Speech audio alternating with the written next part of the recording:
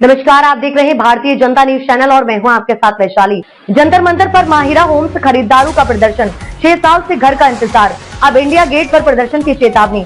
गुरुग्राम के सेक्टर 68 में स्थित माहिरा होम्स प्रोजेक्ट के सैकड़ों फ्लैट खरीदारों का गुस्सा अब सड़कों पर दिखाई देने लगा है। फ्लैट बुकिंग के 6 साल बीत जाने के बाद भी जब उन्हें अपने घर नहीं मिले तो उन्होंने राजधानी दिल्ली के जंतर मंतर पर प्रदर्शन का रास्ता चुना।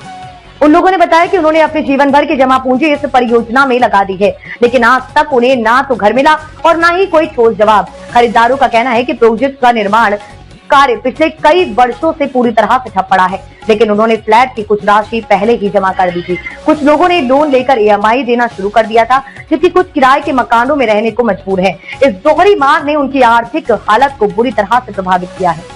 बिल्डर पर फर्जीवाड़े के आरोप, प्रदर्शन कर रहे खरीदारों ने बिल्डर माहिरा ग्रुप पर कई गंभीर आरोप लगाए हैं।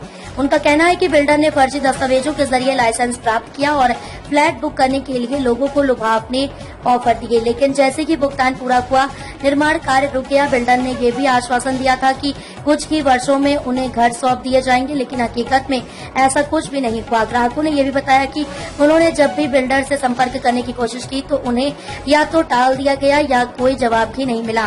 कई बार तो साइट ऑफिस भी बंद मिला। खरीदारों ने आशंका जताई है कि ये मामला सिर्फ देरी का नहीं बल्कि एक पूरी तरह से सुनियोजित घोटाले का हो सकता है, जिसमें सैकड़ों मध्यम वर्गीय परिवारों की मेहनत की कमाई दांव पर लगी हुई है।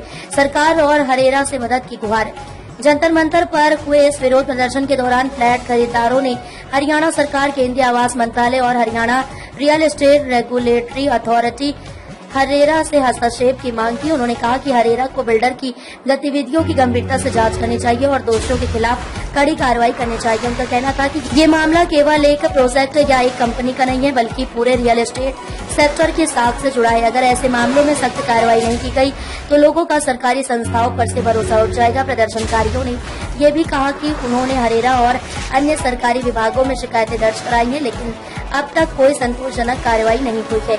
अगला कदम इंडिया गेट पर प्रदर्शन। जंतर मंतर पर हुए इस प्रदर्शन को केवल एक चेतावनी बताया गया। फ्लैट खरीदारों ने साफ कर दिया है कि यदि अब भी उनकी समस्याओं का समाधान नहीं हुआ तो वे जल्द ही इंडिया गेट पर बड़ा विरोध प्रदर्शन करेंगे। प्रदर्शनकारियों ने कहा कि वे अब पीछे हटने वाले नहीं हैं और न्याय मिलने तक लगातार अपनी आवाज उठाते रहेंगे।